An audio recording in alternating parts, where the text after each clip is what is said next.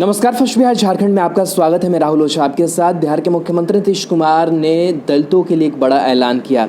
ऐलान ये हुआ कि अगर किसी दलित परिवार में किसी की हत्या हो जाती है तो उस परिवार के एक सदस्य को नौकरी दी जाएगी, जिसके बाद बिहार की सियासत तो गर्म ही है, साथ ही साथ ये जो सियासत है वो यूपी तक पहुंच गई है। हम बात कर रहे हैं बीएसपी सुप्रीमो मायावती की। मायावती ने ताबड़तोड़ एक के बाद एक कई ट्वीट किए हैं और ट्वीट के जरिए नीतीश कुमार पर हमला बोला है। लगातार अब इस ऐलान के बाद यही कहा जा रहा है कि जिस तरीके से ऐलान किया गया है, ये ऐलान हत्या को और बढ़ावा देने वाला है, क्योंकि अगर दलित परिवार में किसी की हत्या हो जाएगी, उस परिवार के सदस्य को नौकरी मिल जाएगी, तो लोग कहीं अपने आप में यही सोचने लगेंगे कि हत्या कर देते हैं, चलिए कम से कम एक नौकरी तो ज़रूर मिल जाएगी। तो कहीं ना कहीं ये जो संदेश है वो गलत तरीके से परोसने की जो कोशिश है वो की गई है, और जो दोहरा चरित्र है नीतीश कुमार का वो बिहार विधानसभा चुनाव के पहले सामने आया है।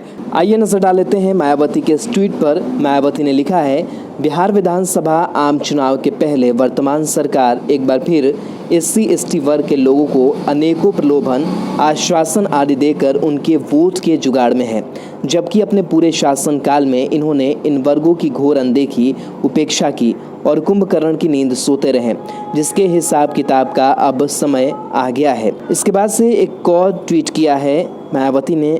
लिखा है, अगर बिहार की वर्तमान सरकार को इन वर्गों के हितों की इतनी ही चिंता थी तो उनकी सरकार अब तक क्यों सोई रही, जबकि इनको इस मामले में यूपी की बीएसपी सरकार से बहुत कुछ सीखना चाहिए।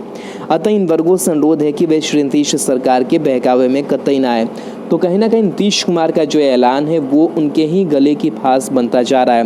विपक्ष की अगर बात करें तो तेजस्वी यादव भी लगातार इस पर जो सवाल है वो खड़े कर रहे हैं, और वो स्पष्ट रूप से विपक्ष यही कह रहा है कि नीतीश कुमार ने जो भी ऐलान किए हैं दलितों को लेकर के, दलितों के लिए तो नीतीश ने काम 15 सालों में नहीं किया। लेकिन देखिए, बिहार विधानसभा का चुनाव जब नज़दीक है तो वो प्रलोभन दे रहे हैं, आश्वासन दे रहे हैं कि किसी भी तरीके से जो दलितों का वोट है वो मुख्यमंत्री नीतीश कुमार को मिल जाए। लेकिन देखिए कैसे एक गलत मानसिकता जो है वो नजर आती है नीतीश कुमार की, और किस डायरेक्शन में मोड़ने की जो कोशिश है वो की जा रही दलितों को। अगर दलित ये समझेंगे कि उनके घर में किसी की हत्या हो गई तो नौकरी मिल जाएगी, तो ऐसा भी हो सकता है कि जो एक आपराधिक प्रवृत्ति है वो भी जन्म ले सकती है।